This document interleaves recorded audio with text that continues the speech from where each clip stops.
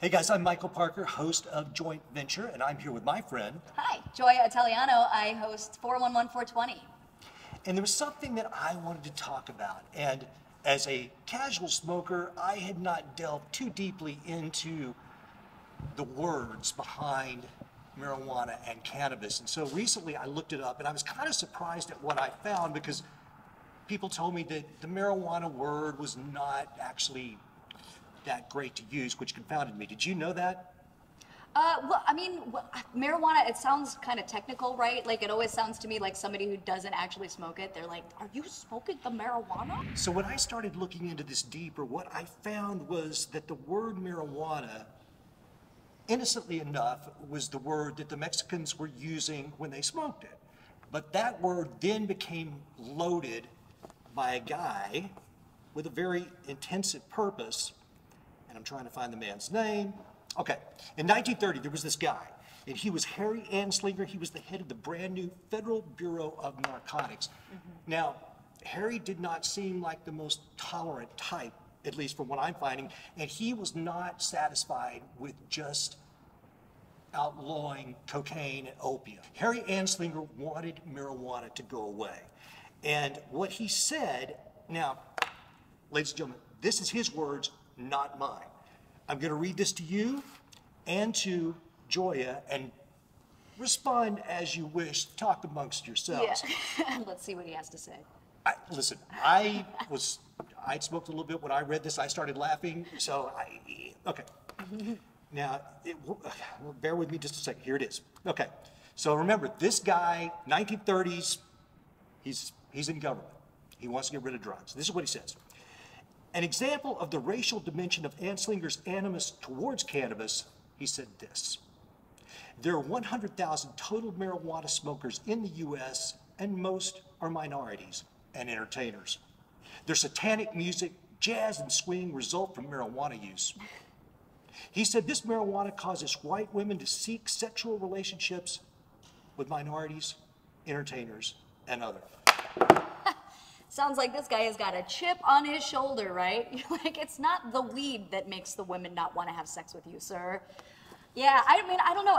Am I surprised with the racial animus that people in the 30s tried to bring out in people? No, I guess I just hadn't associated it specifically with, like, you know, the language, like you said, the words that we use to describe this thing. It was pretty clever on his part because by equating this term, marijuana, with minorities, and listen, there was a lot of bad feelings towards Mexicans coming into the U.S. at that time. They were taking our jobs, much like you would hear now.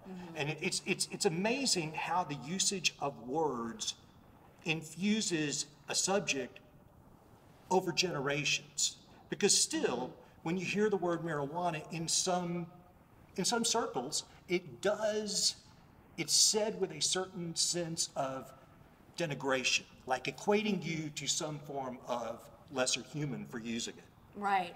Well, that's so funny though, because I definitely associate people's inflection when they say it. Like I was saying before, it's almost this like, are you smoking marijuana? Like, that's the inflection, the marijuana, as opposed to let's think of other ways that people talk about it. Weed is what I say. I don't know why. I don't know where that comes from, what generation that is, whatnot. My dad says dope. My dad's an old man. He says the dope, or he says the pot. And that to me it's, you know, I make fun of people because it seems like they're old blue hairs trying to talk about something they don't understand. No offense, Michael. You're a silver fox. Who's got blue hair? I know, you're a silver fox, my bad. But yeah, like, I guess I never really associated, like you were saying, the denigration to that.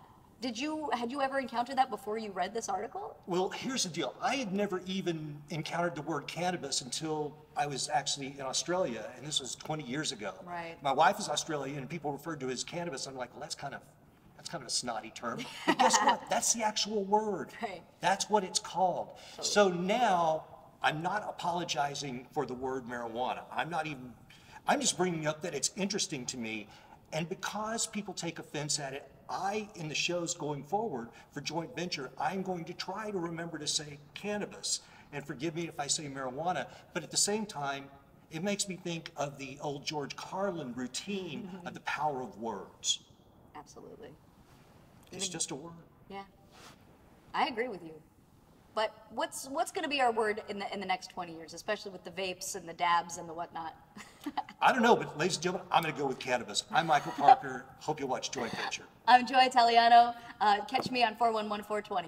Peace.